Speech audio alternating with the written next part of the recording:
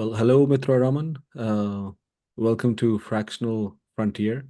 This is our third episode, and I'm still a little rough in doing this, but here we go.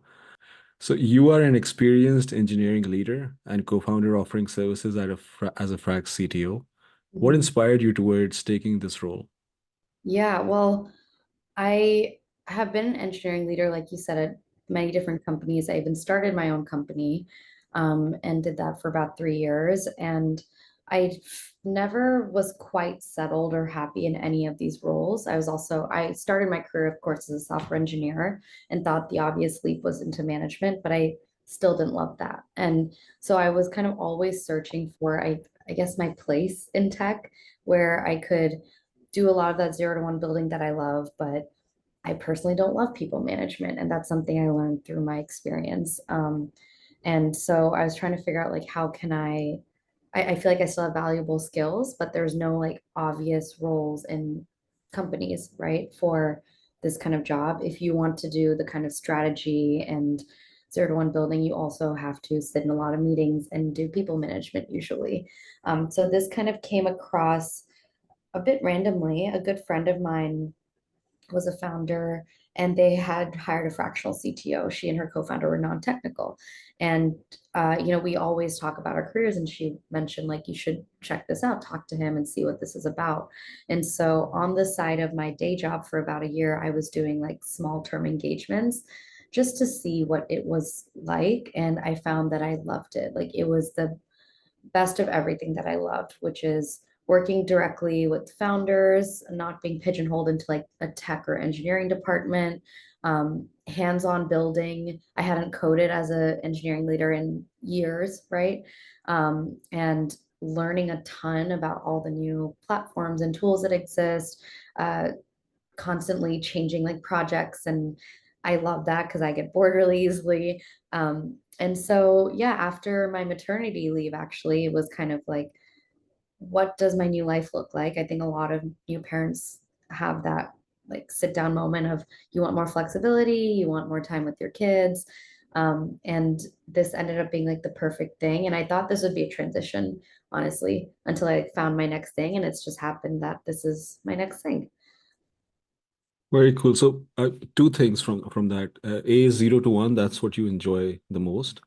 B, I'm curious, is there, and so this is not one of the questions I had, but is there a minimum number of years that you think someone should work in tech companies or startups before they switch to a fractional role? Because Yeah, I don't think it's number of years. I do think it's like experience from types of companies. So you mentioned like startups. I do think if you want to be a fractional CTO at startups, you have to have a basic understanding of how they run.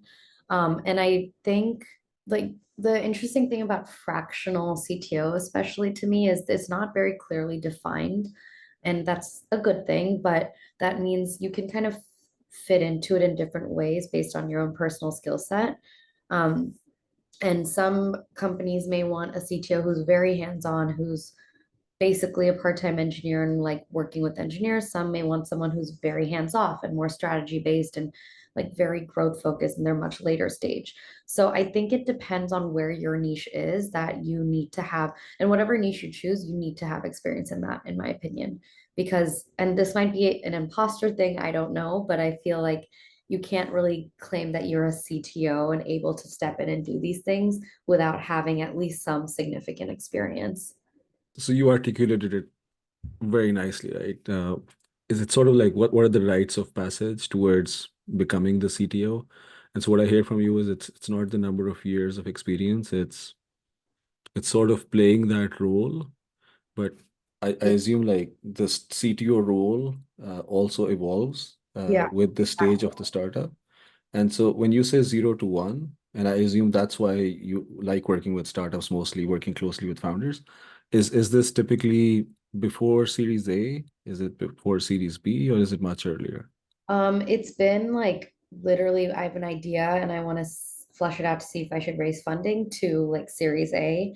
Though I think I'm constantly evolving here as well and thinking more about, how do I expand more to like Series A, Series B.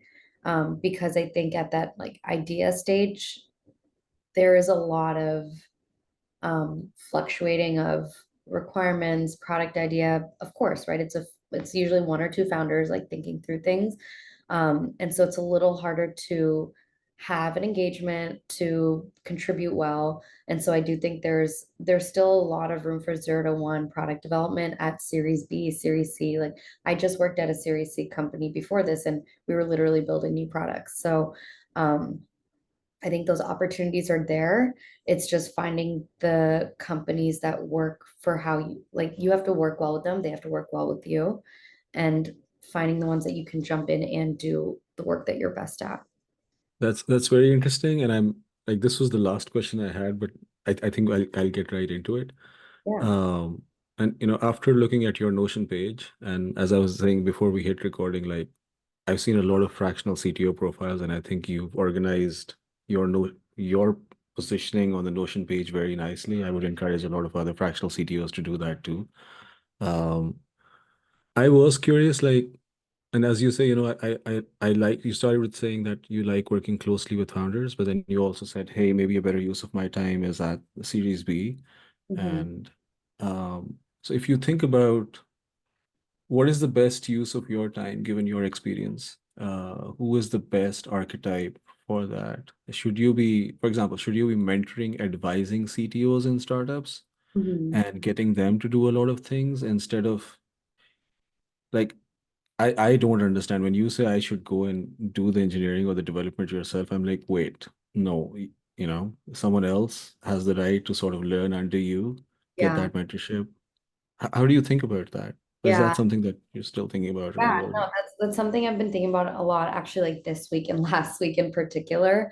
Um, I think whenever you start out, it's like you're starting to try to prove yourself, right? Like one, can you get a client, and then can you do a good job with that client, and then it's just one after the next. So I kind of stumbled into like coding sometimes and working with engineers. And I really loved it personally because I hadn't done it for so long. I lost a lot of confidence in my ability to do it and like to jump back in and to learn a new language or learn a new framework easily. So I think it's really helped me become a better tech leader. Like I can speak to a lot more now that I've been in it, but I don't think it's the best use of my time. And I think you're right. Like um, the value that you bring as a fractional CTO is that mentorship and that like strategy setting and kind of being able to see past the immediate, like what needs to be built to like, why are we building it this way? And how can I look ahead to what like product and the founders are saying they want in the next 3 to 6 months or a year and make sure we're, um, setting ourselves up well. So I think that that's kind of the step I want to take, which is why I'm also looking at bigger companies or like later stage being like series A and B. Um, because I think that is what those companies also want at that stage. It's really hard when you're pre-seed or seed stage to, you have a very tight budget to manage and you want to get the most out of everyone. And I like that, right? I like not being pigeonholed to like, here are your 3 tasks that you do and nothing else. But at the same time, I think it ends up taking a lot more time for someone like me doing stuff that isn't my core competency that actually would be better for me to bring in an engineer, grow them, and then the company also has like a really solid, good engineer who understands their system after I'm gone. Okay, sounds good. I'm gonna move on to the next question, though I had Yeah, some more thoughts on this, but yeah. perhaps a lighter one, right? What are some of the most challenging aspects of being a frac CTO for startups? What have you experienced? Personally, like my challenges doing this, time management is hard, especially if you have Time management, as in wearing multiple hats. You mentioned that yeah, you yeah, wear. yeah. I have multiple clients at once. You want to make every meeting, everyone has demands. And so sometimes you're really on top of it. Sometimes you're like, wait, there's like 10 things going on at once, prioritizing. And so it's like a constant, like being really So how do you organized. do that? How do you organize, like, if you say you're working with 3 startups, do they get like certain days? Are you thinking of all 3 startups in the same day? Yeah, well, Uh, I used to until very recently give everyone certain days, but I actually found it was blocking them. Like the days I was off, they're like waiting, and mhm. this doesn't make sense. So my priorities, like now I've shifted to I'm gonna make the important meetings, and if they're like secondary importance, let me know if I need to be there, but I'm kind of opting out of things. And I think that's another thing that I'm learning is I need to protect my time, even with every client. Like my time is not best spent sitting in meetings, it's best spent doing work, right? Like writing docs, building strategy, finding engineer, whatever it is in like the tech space for the company. And yeah, now I'm kind of just prioritizing like work blocks per day, and it goes week to week based on, some companies or like every client is going to flex. Some weeks it's a lot of work, some weeks it's like a little less work. And that's also why I don't do like hourly charging, because I feel like at this level, you're delivering experiences and execution and projects. You're not delivering hourly work. And so that's also how I like to kind of set it up for myself. I don't want to be on a clock for anyone. I want to just focus on like what needs to get done week to week. That's very interesting. So you, in your experience, given that you want to keep your work-life balance also, what's the Mhm. ideal number of customers you should have at one point?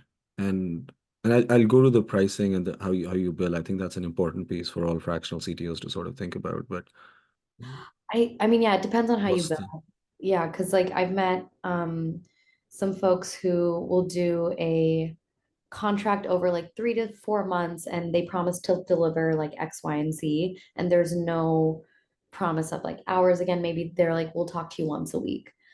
So in that case, I bet you can do a lot more clients, right?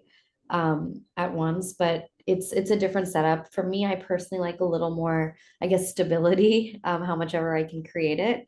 And I want to have kind of like set clients for a set number of months, and we can extend after if we want, but I like to do it that way. And obviously, we go in with specific projects in mind, but I found more often than not, like new problems come up, new projects come up, and like we extend, and that works great too. But I think in the way I've set it up, I don't want any more than three at a time. It's just like physically not possible. But I am currently thinking about like how do I scale myself, because I also hate that time is my limitation. Um, that's it's I mean, as engineers, you're always thinking about scaling, right? So it's like, what can I deliver, or what is my like biggest value prop that I can deliver to my clients that isn't based on me attending certain number of hours here and there. But I'm also don't want to rush it, because my priority right now, I'm still, at the early stages. I want to just deliver quality work and make my clients happy.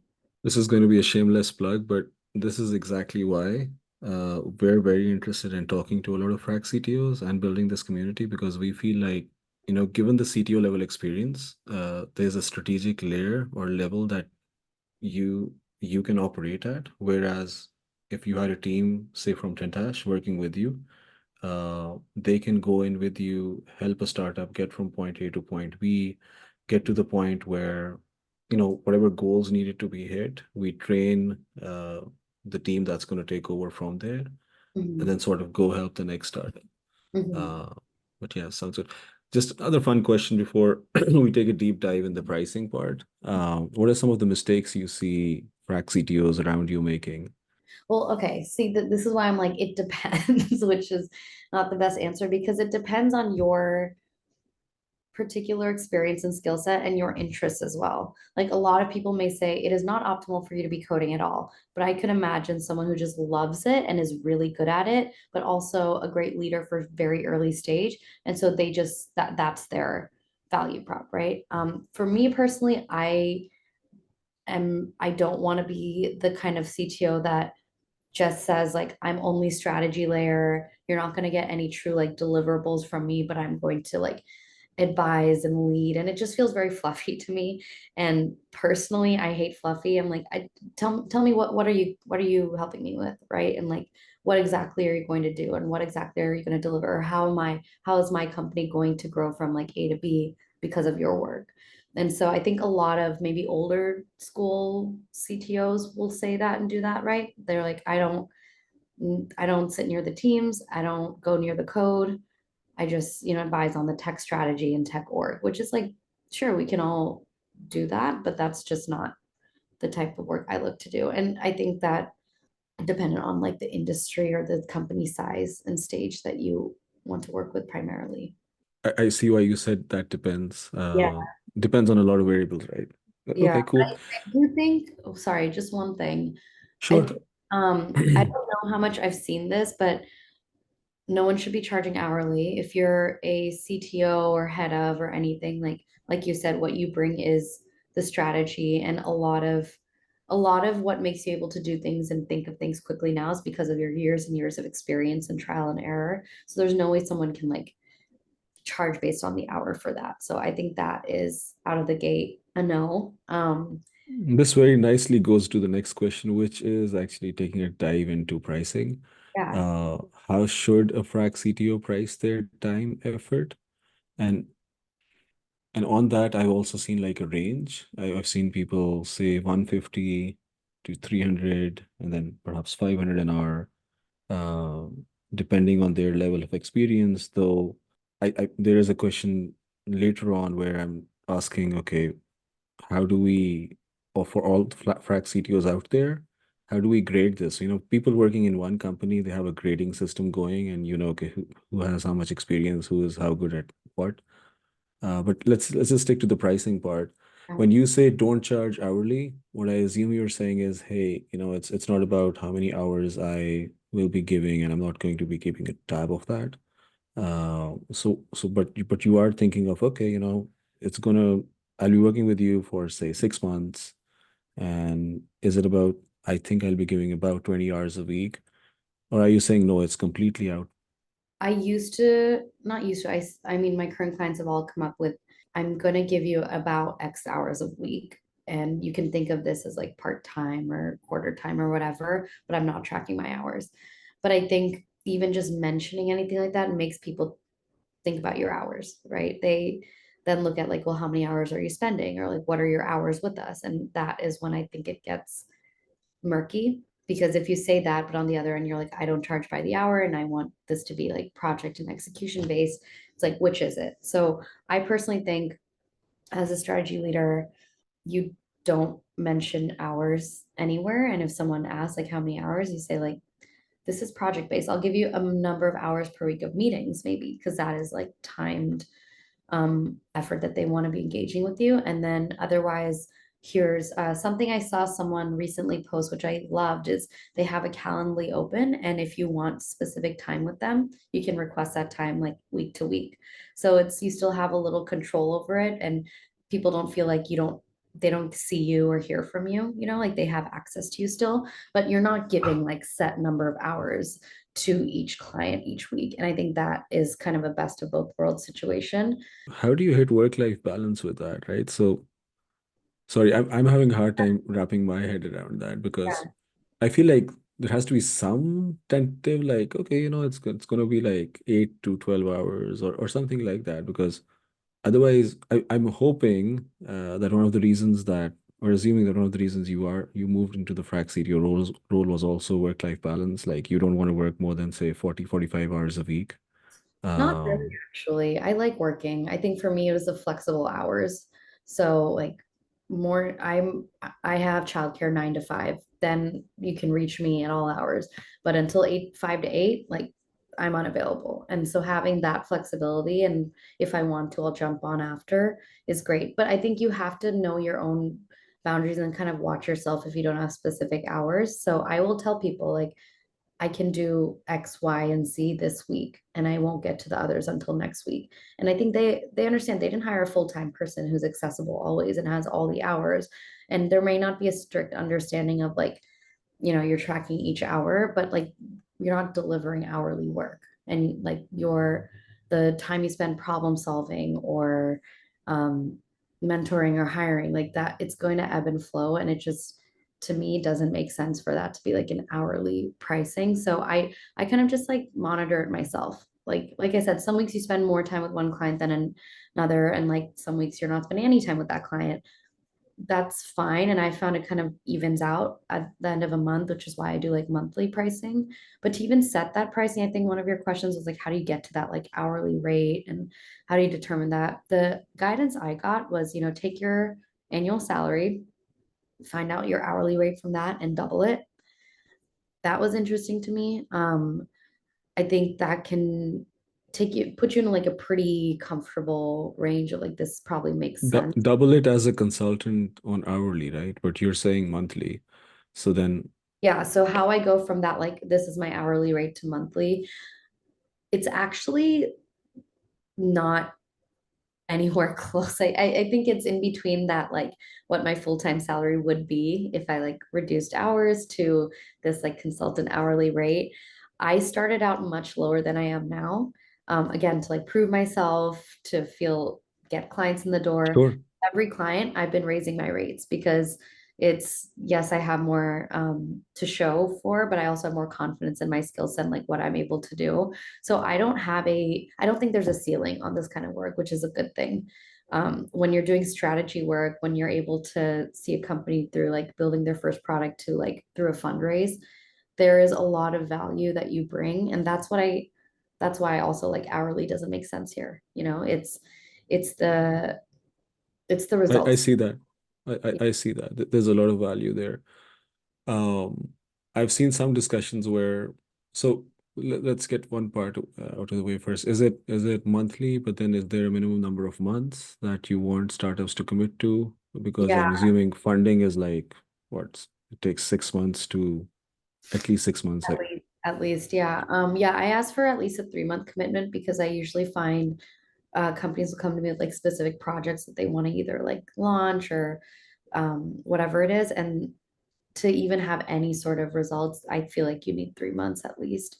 So that's what I ask for. For some, it's like 5 or 6 months, again, depending on what they're trying to do. Yeah, those are kind of my and main. so some of the discussions I saw in our community was, hey, we get offered, here's the rate you can have, but we'll give you some equity.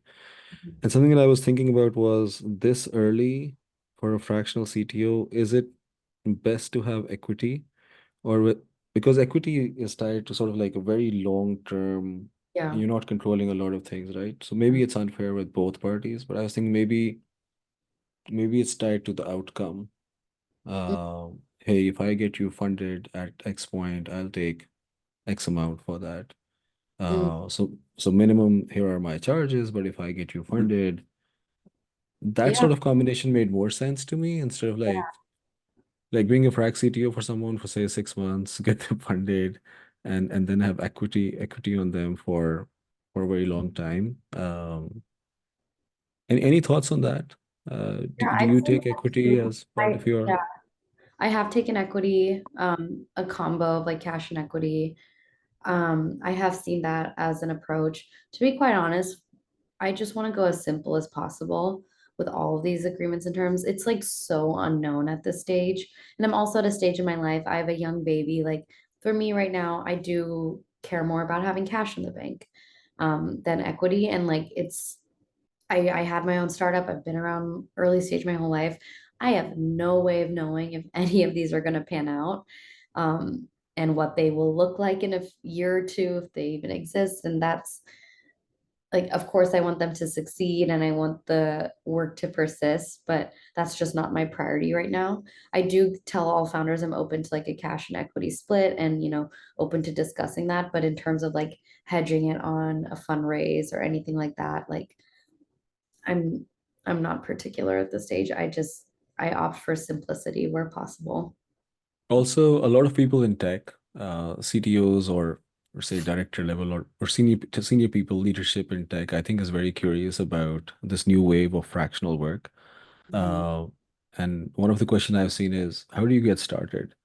And Mm. I believe you've written a piece on that too, if I correctly saw it a while back, or maybe I'm not recalling I don't correctly. But remember. Maybe. what's your recommendation? Sorry, I'm mixing something up then. Oh, no, How does one get started? Do you leave your full-time job and just jump in? Where do you get your first gig or first few gigs from?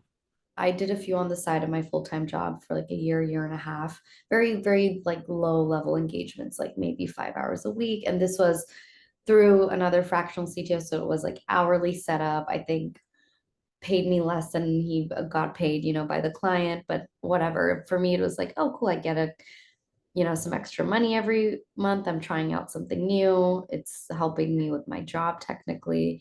I think that's a good way to approach it because, again, because there's no clear definition of what a fractional CTO is, I think there's a chance that you go into it expecting one thing and then have another. And there's also so many different companies that you could work with and so many different types and stages. And I feel like it's good to give yourself some time to try things out. And the best thing about fractional is it's engagements, right? It's like relatively short-term engagements. If you don't love it, you're out in a month or a few months. And it's kind of nice. So I feel like it's a great opportunity if you're thinking about it to try it, and figure out your sweet spot. And also just figure out if it's like the right thing for you. Because I feel like it's kind of like a hot topic right now, or it's like a trending thing to do in a way, to be fractional. And I wonder if it's like a result of the times, of the industry, of just the job situation. But I've talked to It's a few, probably a combination of all of the yeah, a above. combination of everything.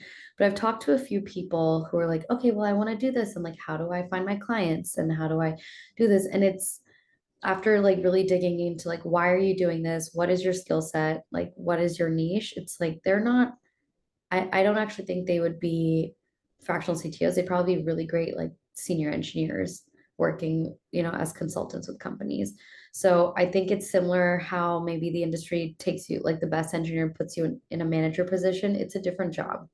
And I think you kind What's of, the skill set that you're sort of thinking of when you say that? So it seems like, so what was coming to my mind was people just people are thinking, hey, just give me something to do, I'll do it.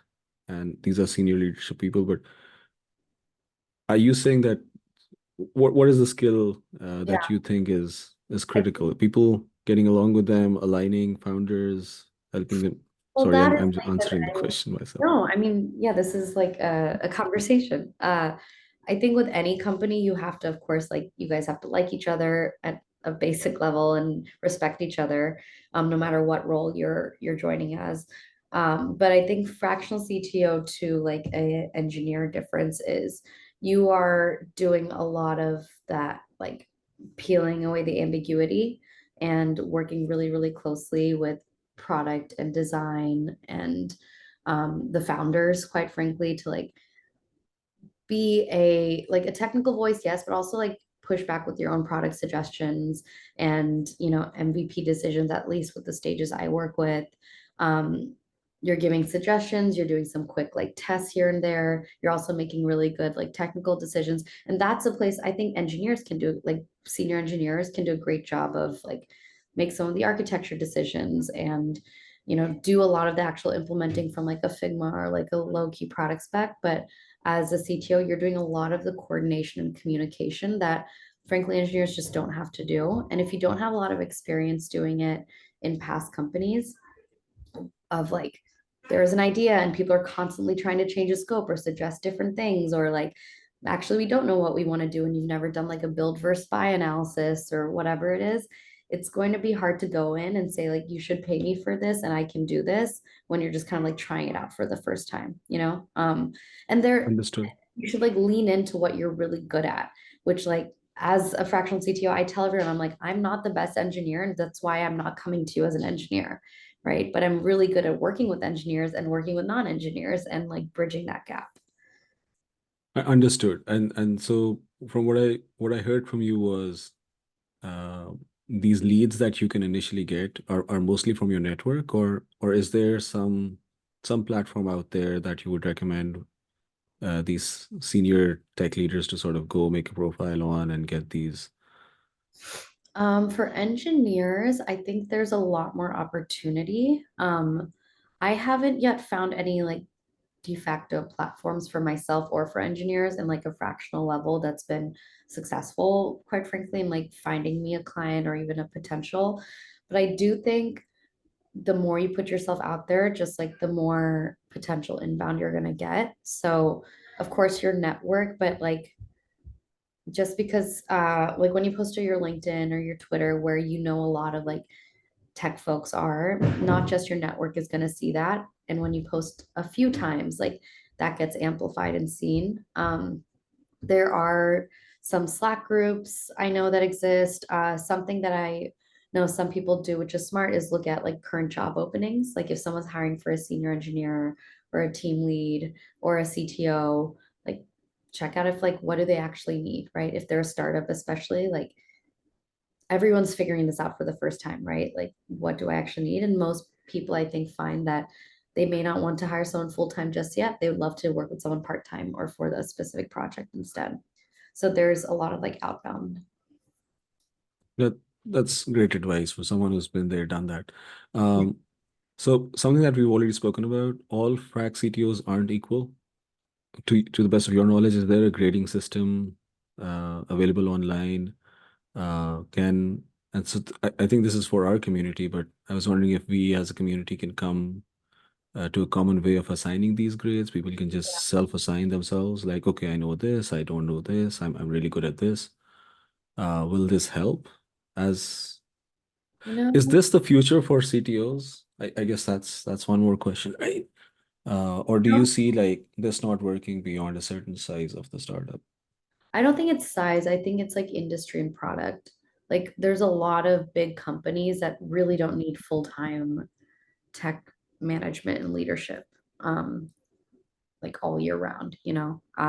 Cool. And are they using frac CTOs? Are they open to that? I can't tell you anything off the top of my head, quite frankly, but I feel like it's not even just in the like a CTO. I feel like COO, CFO, CMO, I'm seeing more and more like fractional people flexing in and out of like larger companies. So I think this is a really welcome change to the entire just like corporate industry. Like you don't need to find someone full time that you hope will be like perfect for right now and for the next 5 or 10 years. Like these are high levels that you pay a lot of money for and you expect a lot out of, and you also expect them to stay with you a long time. That makes the decision making hard. But bringing in this option of like someone fractional for like the next 6 months or the next year, because we know this is like important for right now, but it's maybe not necessarily all the time. Like I think that's great that we are giving optionality. Um, I've seen a lot of this with like the CFO position, especially like a lot of companies with every stage kind of um, leaning on fractionals, which makes a ton of sense. I was saying, So, can there be a grading system yeah, that people can, I don't know, that the community can define and then people can. yeah, So, for example, you yourself, right? How do you decide, okay, how do I grow next? How do I, what's the path? What are the things that you need to learn? Uh, and yeah. you can't single-handedly be thinking of all of that, right? So perhaps as a community of fractional CTOs, that all of that canvas can be defined Are you and kind people of, can decide what their path towards growth is. So I like the analogy of a wall. What is that called? Rock wall or instead of a ladder? Because a ladder is just okay against one building or something. Uh, but yeah, as you explore what all is possible in mm, terms of here are the industry verticals, here are roles that one needs to play. Yeah, so I think if you work for a company, this is sort of done by someone, or you as a leader would do it for your entire team. But as a group of fractionals, uh, it becomes the Wild West. So, yeah, for example, how do companies decide whether, hey, is Mitra the right person for this role, or right. is Well, X, Y, Z?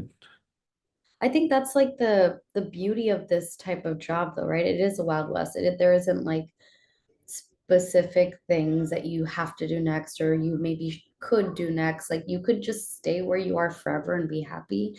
And I kind of love that.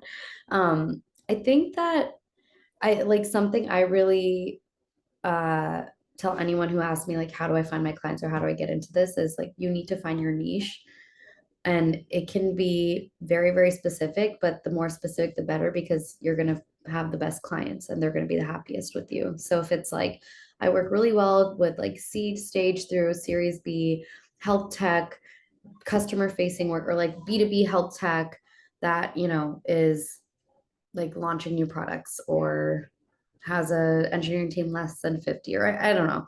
But like there's the more specific you can. I really like that. So you position yourself as tight as possible and Yeah, um and within that, like what that's so much easier to say like what are you good at, and also a lot easier to say like what do I need to learn to get even better in this. And I think from there it's like, okay, do I want to expand to another industry? Do I want to expand my stage? Do I want to expand, the types of products I work well with, maybe not just B2B, but also B2C? Like there's it's much easier, I think, to figure out that kind of like what you're talking about of like how do you find the next things in grades. And then I mean, I think in general, as like workers, not just like consultants, we need a way to properly review each other based on our past work. I know like referrals and having good like references is becoming more and more even in like this traditional like job search industry. And that is as a consultant, that's like your entire lifeline, right? It's like, are your past clients happy? Do they have good things to say? I think you yourself know in your gut if you did a good job or not.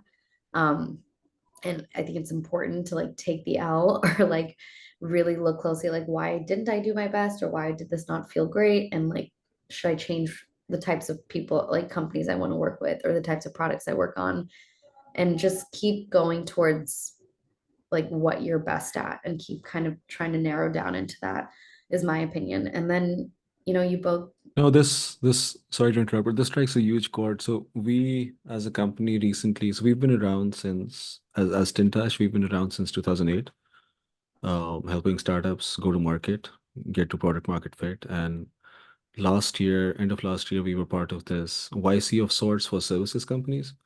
And one of the founders, Atir, recommended this book, The Business of Expertise. And so, when we say, okay, define your niche, and I was going to ask you this, um, that book says you should be looking for, if I'm quoting and remembering this correctly, Mhm. you should look to define a niche where you can find between 2,000 and 10,000 customers, say on LinkedIn. Mhm. And it's counterintuitive because usually we try to position so that, hey, we have a huge market and we can go after this. But Yeah. I think the genius here is that once you can really identify who your customer archetype is, Mhm. then you can really tightly define that niche that you were talking about. So Exactly. when you think about the niche, do you have like anything like this in mind that can Yeah, help of us a course. framework? Of course. And I will say, like, when I first started and like really niche down, I was like, oh my gosh, I bet there's only like 10 companies that fit this. But I'm so surprised every day that like there's so many companies out there. There's so many people building really cool things that, you'd be so lucky to be part of. And it's exciting to see. And especially knowing I'm like, I could really help, like I would love to work on this. So just a note there, if you're like, my niche is too small, it probably isn't. You're just like, your immediate periphery might be small for it, but there's a ton out there. For me personally, my niche is based on my experience. I love B2C. I really love this pre-seed through Series A stage. And I have a lot of great experience with like Shopify and direct to consumer and that whole space. But I also have weirdly a lot of experience with health tech right now. And that isn't something I intentionally did, but I I look, was going to ask you this, given your Notion profile. I was looking for something like this, but you know it. You should. I don't think it's there.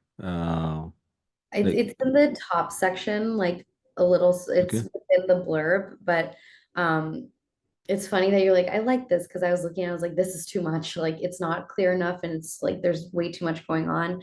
I am looking to simplify it a lot more to make it easier for potential clients to look at and see, like, okay, can you help me or not?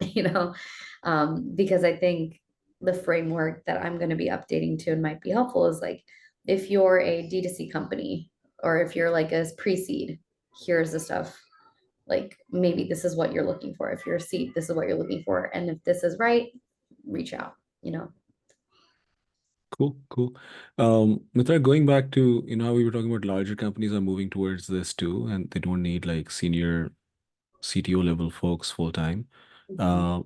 Uh, have you come across any concern around quality of work that can be done in a fractional engagement being a concern to these companies?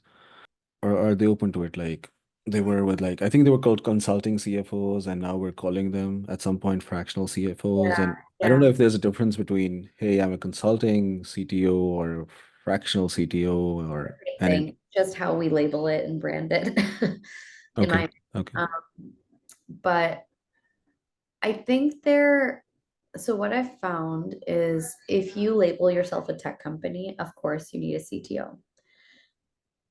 But at the same time, I've worked at tech companies where there is no CTO and it's been fine, but they do need some level or some engagement of like a senior tech leadership. Again, not full time because they really don't need it.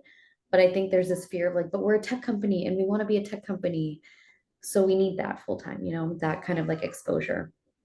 So I think that was Perhaps the having a board of like fractional CTOs or, I don't know, advisors no, I don't sorry, think advisors is enough because you do need someone who's like talking to your managers, like helping lead the strategy with product and ops. Like you need someone in the game a little, but a lot of places don't like their core product is maybe it's like involves a lot of tech because everyone does, but isn't like tech isn't the core competency in a lot of places, I think.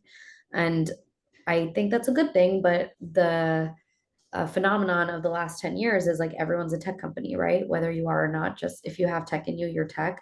And I think we're thankfully getting out of it, which is like, okay, what do we actually do? What is our actual value prop? And everything else, can we figure out how to not make it that we spend a lot of money and time on it? Um, and so, and majority of the companies I think are like that, where like tech is a big part of it, a means to an end, but not the thing. If you are a truly like tech company, of course you need a full-time CTO. It's like that is what you do. But for a lot of these things, I don't think you need that. And I think we're getting to the point that like people are like, wait, everyone's focused on profitability right now. Everyone's focused on like burn. And they're like, do we actually need this? Because it's a very expensive, big role that you're kind of giving away. And then you're like, but what am I getting out of it? Can I get it at half the price, really, and the same quality? I don't think it's about quality. Hopefully, it's not about quality of work. Like, if that is, then it's the person, it's not the role. And I think this is true for any role, right? Like, if the quality suffers, it's like that's not the right fit. But I feel like you can still deliver a lot of good quality in like bursts for what the company needs and have kind of like an advisory engagement when it's not needed. just a fun question and after that I have my last question. How many of the issues that are resolved at a senior tech level Mm. are really just people disagreements at that level People and disagree nothing to with do with what, tech? sorry? So maybe you're just aligning the rest of the leadership around Yeah, something that's already figured in tech, and it's not really a tech problem. yeah. It's just people's opinions. Isn't that like What would you say is isn't that like all senior leadership problems and meetings and questions? It's like so? Would you say most of the discussions and advice is um around that?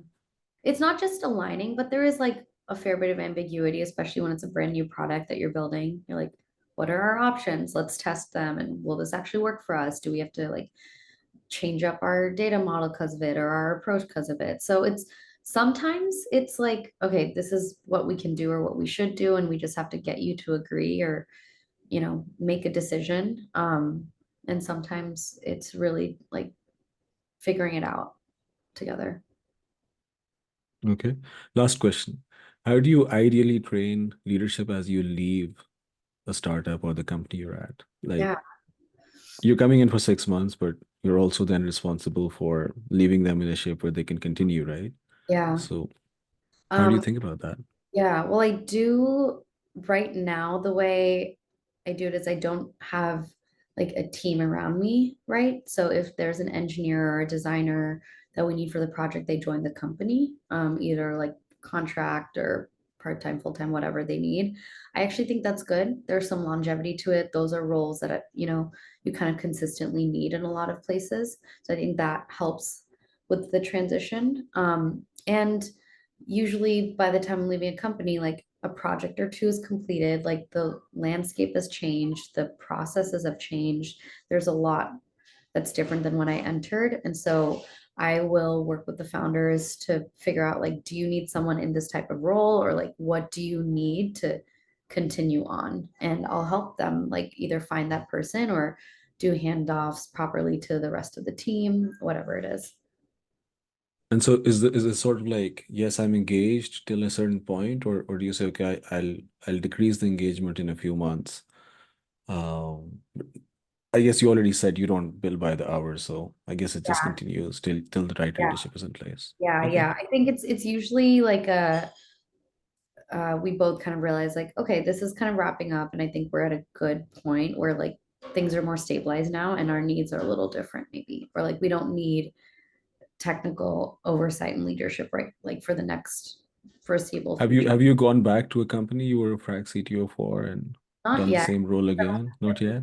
for not even a year, but my longest engagement has been a year, and which started as 3 months. So Okay. yeah. Okay. Mitra, thank you so much. It was wonderful talking to you. Yeah. I think we got covered a lot. I'm going to hit stop